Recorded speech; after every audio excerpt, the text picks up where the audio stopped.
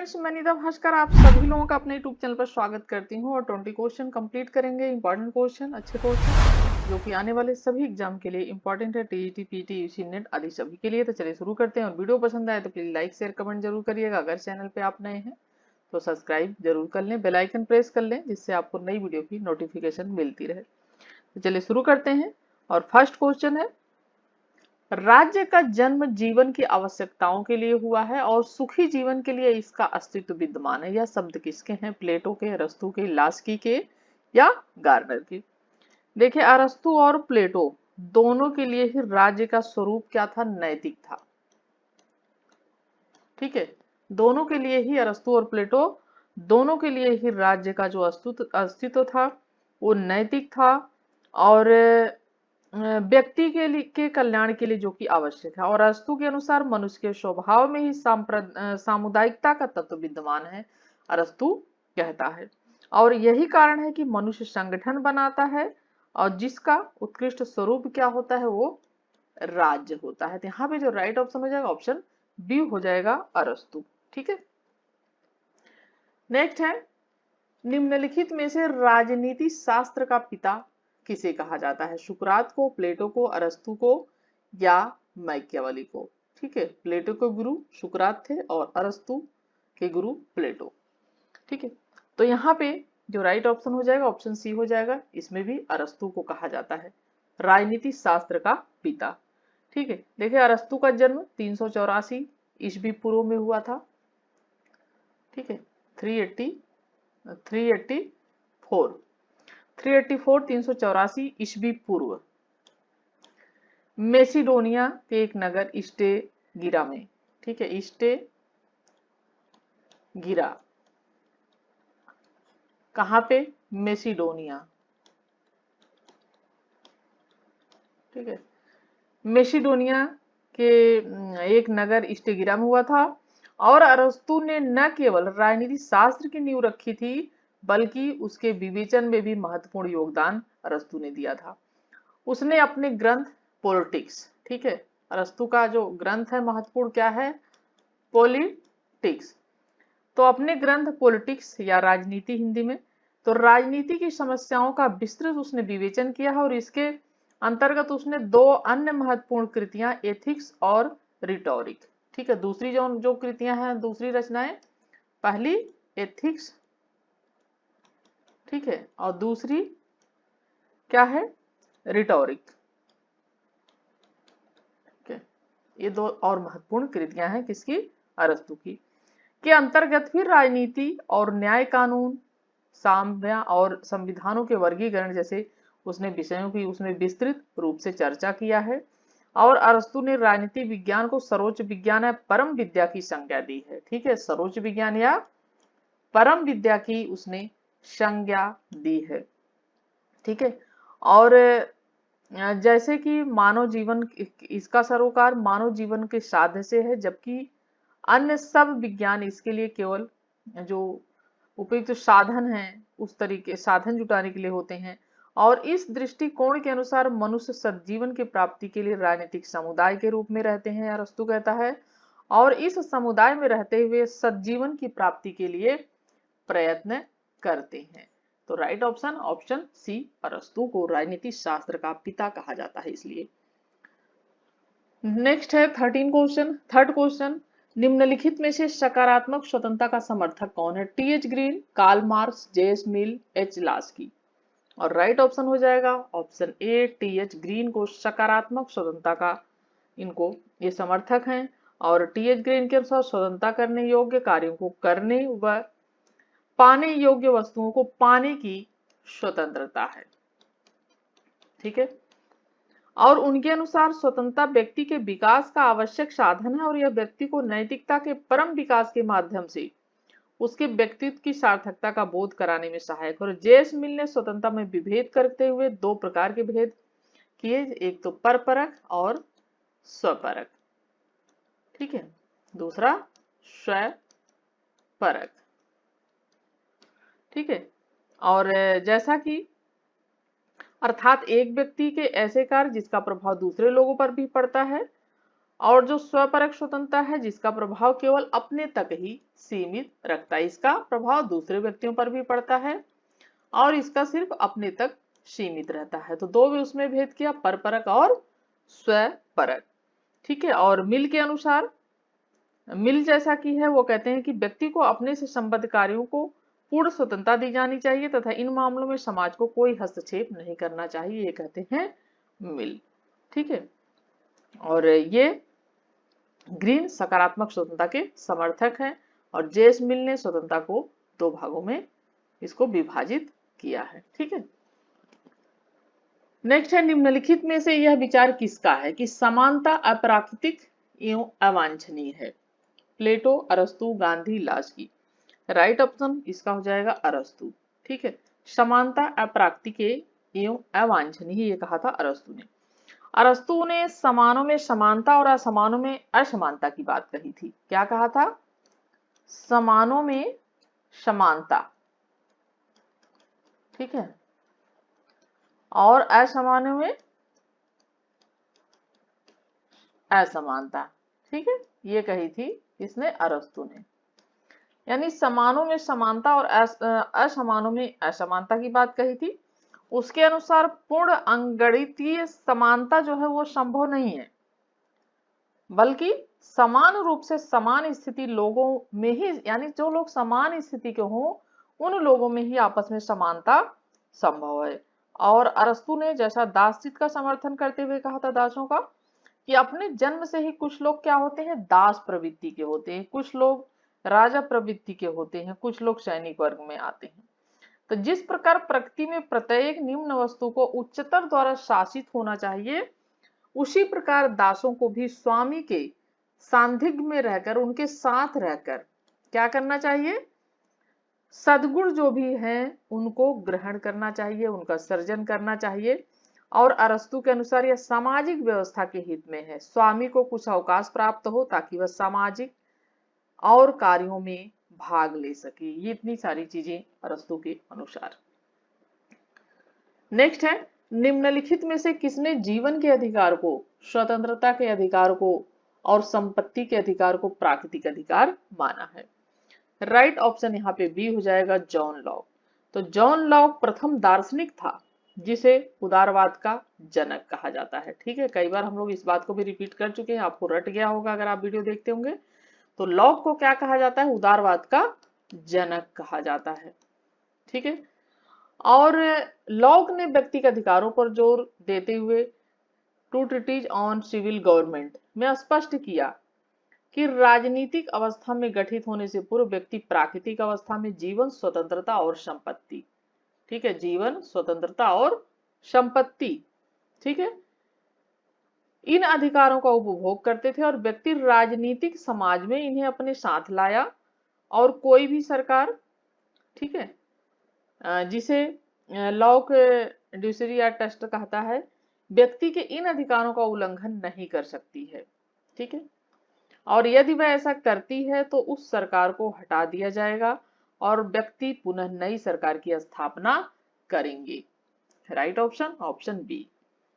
6 question है, निम्नलिखित में से किसने उच्चतर द्वारा निम्नतर को दिए गए आदेश को कानून की परिभाषा दी है। बोधा ने, अस्टिन ने, डायसी ने, ब्राइस ने। 6 क्वेश्चन का राइट ऑप्शन जो है वो हो जाएगा ऑप्शन इसका, ठीक है, बी, अस्टिन ने। ठीक है, उच्चतर द्वारा निम्नतर को दिए गए आदेश।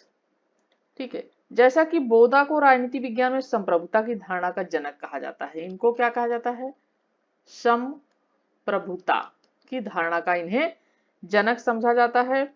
लेकिन उसकी संप्रभुता पर दैवीय और कुछ परंपरागत कानूनों का नियंत्रण था। अस्टिन जो है, इन्होंने पहली बार संप्रभुता को उन सब बंधनों से मुक्त कर दिया, ठीक है, जो इसका स्वरूप स्पष्ट रूप से नहीं होने दे रहे थे। और अरस्तु की पुस्तक थी लेक्चर्स ऑन ज्यूरिस्प्रूडेंस। 1632 में अस्टिन ने उच्चतर द्वारा निम्नतम को दिए गए आदेश को ही कानून की परिभाषा दी है। ठीक है, यानी उच्चतम द्वारा दिए गए निम्नतर को आदेश को कानून की परिभाषा अस्टिन ने दी है। ठीक है, और इस जो है आदेश को कानून की परिभाषा दी, और डाइसी हैं, इन्होंने वास्तविक संप्रभु के पीछे राजनीतिक संप्रभु की बात की। यानी वास्तविक संप्रभु के पीछे इन्होंने किसकी बात की? वास्तविक संप्रभु के पीछे इन्हें राजनीतिक संप्रभु की बात की है। ठीक है, डाइसी ने। और ठीक है, और जो है जबकि ब्राइस ने संसदीय प्रजातंत्र के लक्षणों पर प्रकाश डाला। इन्होंने किस पे डाला है? संसदीय, ठीक है, संसदीय प्रजातंत्र पर इन्होंने प्रकाश डाला है। ठीक है, लक्षणों पर उसके। तो यहाँ पे सबके बारे में स्पष्ट चीजें, और राइट ऑप्शन यहाँ पे बी हो जाएगा।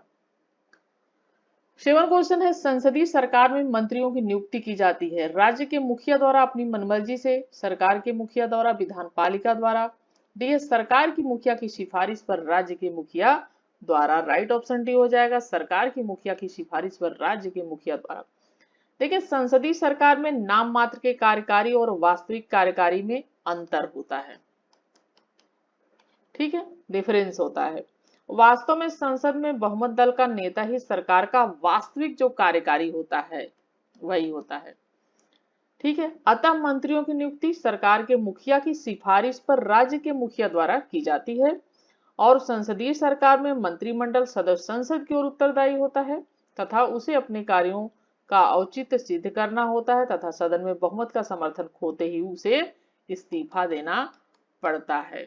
ठीक है, ये सारी चीजें। तो संसदीय सरकार में मंत्री की नियुक्ति सरकार के मुखिया सिफारिश पर राज्य के मुखिया द्वारा। नेक्स्ट है, संवैधानिक सरकार का अभिप्राय है। सीमित शासन, संविधान की धाराओं के अनुसार चलने वाली सरकार, शासकों की इच्छा के अनुसार चलने वाली, या दलीय नेताओं की इच्छा के अनुसार चलने वाली सरकार। राइट ऑप्शन हो जाएगा ऑप्शन ए। देखिए, आधुनिक राजनीतिक सिद्धांत में संवैधानिक सरकार का जो तात्पर्य होता है वो सीमित शासन से है, जिसकी शक्तियां और सीमाएं स्पष्ट रूप से परिभाषित कर दी गई हैं। और C.H. मैकुलन ने कॉन्स्टिट्यूशनलिज्म में इन ए चेंजिंग वर्ल्ड के अंतर्गत यह विचार व्यक्त किया है कि संवाहिता वह सत्ता है जो परिभाषित हो, और कोई ऐसी परिभाषा नहीं हो सकती जिसमें अनिवार्यतः सीमा का संकेत न हो।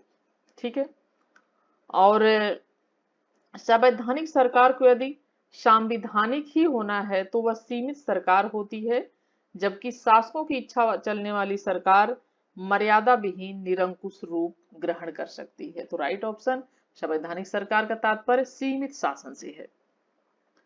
नेक्स्ट है, द्विसदनात्मक मुख्य विशेषता है संसदीय व्यवस्था की, अध्यक्षात्मक व्यवस्था की, संघात्मक व्यवस्था की, या एकात्मक व्यवस्था की।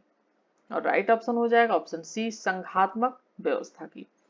संघात्मक व्यवस्था में प्रायः द्वितीय सदन उन संगठक इकाइयों और विशेष हितों का प्रतिनिधित्व करता है जो इसके चरित्र के लिए, संघात्मक चरित्र के लिए आवश्यक होते हैं।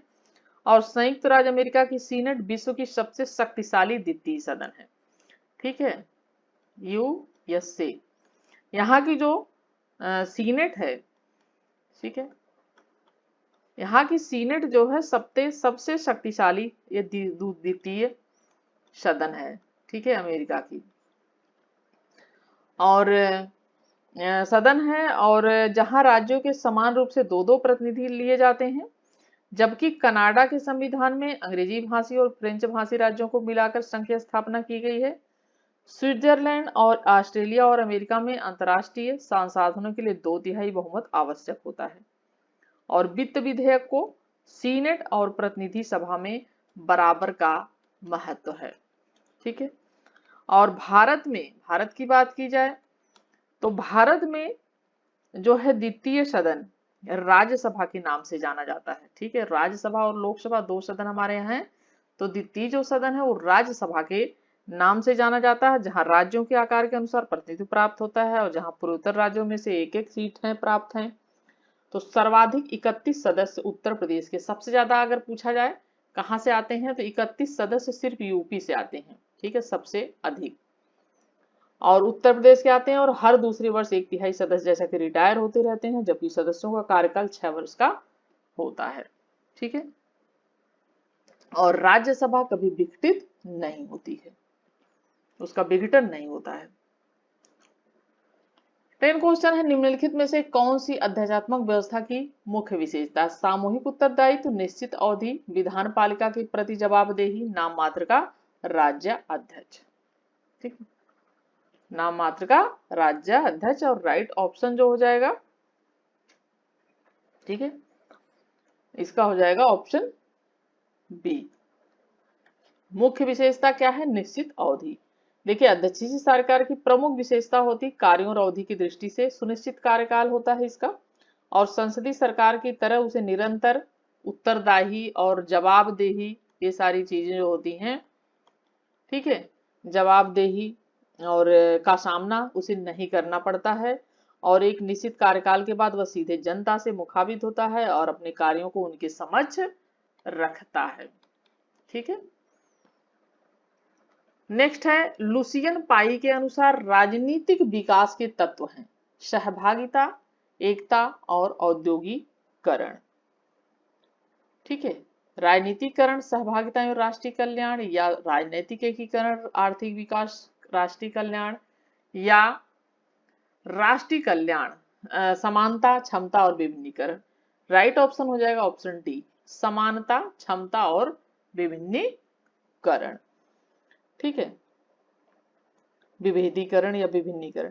देखिए, जेम्स एस कॉलमैन तथा लुसियन पाई ने political culture and political development में कहा। ठीक है, क्या नाम है? पॉलिटिकल। बुक का नाम जब मैं लिखती हूँ तो आप बोलती हूँ तो जरूर लिख लिया करिए, और जब भी वीडियो देखें तो पेन और रजिस्टर लेकर देखें। ठीक है, पॉलिटिकल कल्चर, इंग्लिश में लिखना चाहे तो आप इंग्लिश में लिख लें, जिसमें आपको सुविधा मिले। ठीक है, political culture and political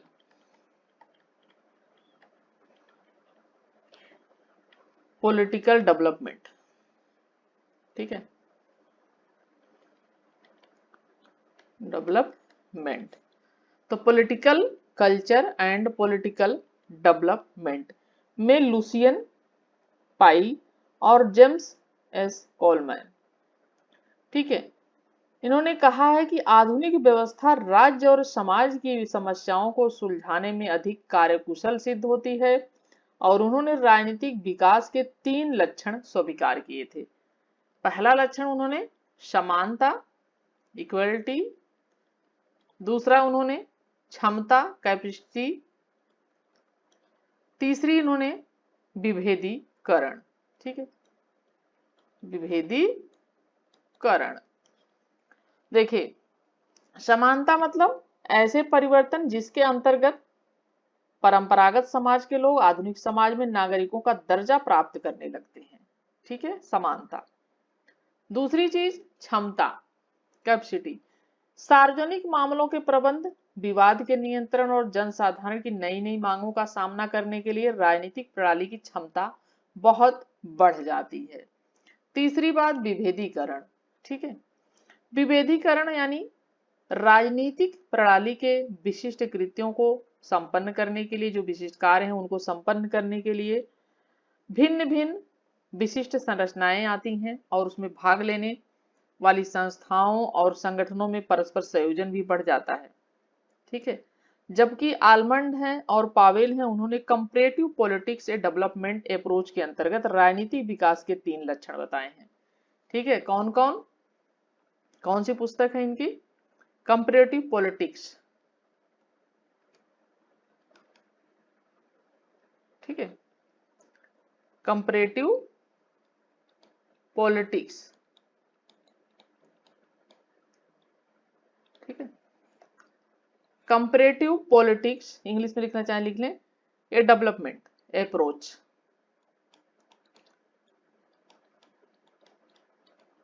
development approach. ठीक है, तो जबकि आलमंड हैं और पावेल, ठीक है, आलमंड और पावेल ने कंपैरेटिव पॉलिटिक्स से डेवलपमेंट अप्रोच के अंतर्गत राजनीतिक विकास के 3 लक्षण बताए हैं। संरचनात्मक विभेदीकरण, संस्कृति का धर्मनिरपेक्षीकरण या तर्कमुखीकरण।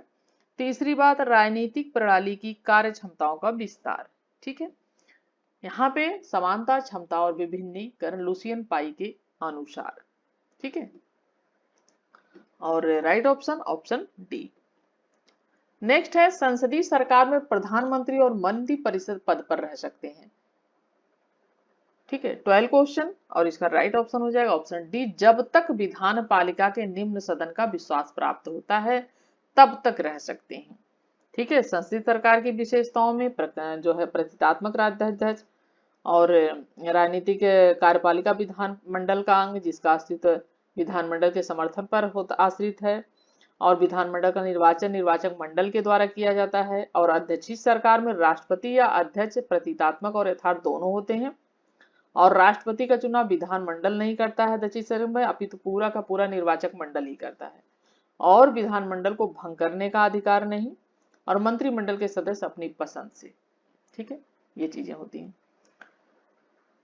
नेक्स्ट है 13, संसदात्मक व्यवस्था में निम्न सदन के प्रति प्रधानमंत्री की जवाबदेही है। प्रत्यक्ष और निरंतर। राइट ऑप्शन ऑप्शन ए हो जाएगा। संसदात्मक व्यवस्था में निम्न सदन जनता के प्रत्यक्ष निर्वाचित सदस्यों का सदन होता है, जो कि जनता निर्वाचित करती है प्रत्यक्ष रूप से, जो सरकार पर विधायी नियंत्रण रखता है। सरकार का मुखिया प्रधानमंत्री होता है, जो अपनी सरकार की तरफ से निम्न सदन में प्रत्यक्ष और निरंतर जवाबदेही होती है उसकी। ठीक है, राइट ऑप्शन यहाँ पे ए हो जाएगा। निम्न में से किसने विकास फंदे की बात कही? Lucian Pye, Frank Riggs, Myron Weiner, Edward Shils. Right option option B हो जाएगा, फ्रेडरिंग्स। अपने उत्तर औपनिवेशी के ऊपर अपने विचार प्रस्तुत करते हुए फ्रेडरिंग्स ने कहा था कि विकास की पश्चिमी होड़ में नव स्वतंत्र राष्ट्र विकसित राष्ट्र बनने के लिए अपने प्राकृतिक संसाधनों का भरपूर क्या करते हैं? दोहन करते हैं। ठीक है, और इस प्रक्रिया में इन राष्ट्रों का और अधिक शोषण होता है और वे निरंतर गरीब बने रहते हैं। ये कहा था किसने? फ्रेडरिंग्स ने। ठीक है, तो राइट ऑप्शन हो जाएगा ऑप्शन बी। 15 क्वेश्चन है, निम्नलिखित में से राजनीतिक दलों का माना हुआ विश्लेषण कौन है? Lasswell, Laski, Huntington, Duverger. तो राइट ऑप्शन डी हो जाएगा, डुअर्जर। दलीय संरचना का विश्लेषण करते हुए डुअर्जर ने 4 प्रकार के राजनीतिक दलों की बात पहचान की: गुट बैठक, शाखा दल, कोशिका दल आदि की। ठीक है, नेक्स्ट क्वेश्चन है 16 क्वेश्चन। 16 क्वेश्चन है, निम्नलिखित में से एस्पेक्ट्स ऑफ पॉलिटिकल डेवलपमेंट का लेखक कौन है? लुसियन पाई, David stern, Laski, David एप्टर। Right option यहाँ पे हो जाएगा ऑप्शन ए, लुसियन पाई। ठीक है, लुसियन पाई विकास की संकल्पना का प्रयोग करने वाले विचारकों में अग्रणी है, और उन्होंने इसे 1963 में प्रारंभ किया था। ठीक है, 1963 में प्रारंभ किया था, और उन्होंने सांस्कृतिक विवरण के संदर्भ में राजनीति विकास के अपने पुराने प्रतिमानों को नए प्रतिमानों के साथ उसको अनुकूलित किया। ठीक है, और राजनीतिक विकास पर उन्होंने समानता, क्षमता और विभेदीकरण, जो हमने बात की थी अभी, उस पर उन्होंने लक्षण बताए। नेक्स्ट है 17 क्वेश्चन, निम्न में से किसने राजनीतिक पतन के बारे में कहा है? Huntington, David Stern, MacIver, Lucian Pye. 17 question का राइट ऑप्शन हो जाएगा ऑप्शन ए, सैमुअल हंटिंगटन। ठीक है, पूरा नाम सैमुअल। ठीक है, सैमुअल हंटिंगटन। तो सैमुअल हंटिंगटन ने political order in changing societies. ठीक है, political order in changing societies.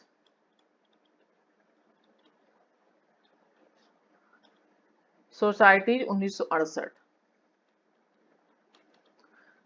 तो यह तर्क दिया कि राजनीतिक विकास का मुख्य लक्षण राजनीतिक व्यवस्था है, और इसमें मुख्य बाधा राजनीतिक अव्यवस्था से पैदा होती है, जिसे उन्होंने राजनीतिक घास की संज्ञा दी। किसकी बात संज्ञा दी? राजनीतिक घास की संज्ञा दी है। ठीक है, नेक्स्ट है, हर्बर्ट मॉरिसन के अनुसार नौकरशाही की देन है राजतंत्र की, संघवाद, तानाशाही, संसदीय लोकतंत्र। और राइट ऑप्शन हो जाएगा ऑप्शन डी, संसदीय लोकतंत्र की। तो मॉरिसन के अनुसार संसदीय लोकतंत्र के विकास में बढ़ती जन आकांक्षाओं को पूरा करने के लिए एक प्रशिक्षित और व्यवस्थित इकाई की मांग की थी, और यही कारण है कि जनता के प्रतिनिधि जो प्राय निश्चित समानांतर के बाद बदल जाते हैं के लिए नौकरशाही तंत्र से कार्य करना मुश्किल हो गया। ठीक है, राइट ऑप्शन यहाँ पे ऑप्शन डी हो जाएगा। नेक्स्ट है, निम्नलिखित में से कौन सा राजनीतिक दल का कार्य नहीं है? राजनीतिक समाजीकरण, लोगों के व्यवहार को नियंत्रित करना, हित स्वरूपीकरण, हित समूहीकरण। तो कौन सा कार्य पूछा है? नहीं है, ऑप्शन बी हो जाएगा। इसको इसको करना राजनीतिक दल का कार्य नहीं है, बाकी तीनों चीजों का करने के लिए कार्य है। देखिए, राजनीतिक दल के बहुत कार्य होते हैं। लोकतंत्र का रक्षक, जनमत का सहायक, सरकार पर निरंकुश, वर्ग दलों की हितों की अनदेखी, और राष्ट्र एकता में सहायक होना, स्थिरता में सहायक होना, नागरिक चेतना, आलोचना का भय भी, और नागरिकों का व्यापक दृष्टिकोण, संरचनात्मक कार्यों में सहायता करना, प्रशासनिक एकता प्राप्त कार्य में भी सहयोग, आदि चीजें होती हैं राजनीतिक दल के कार्य।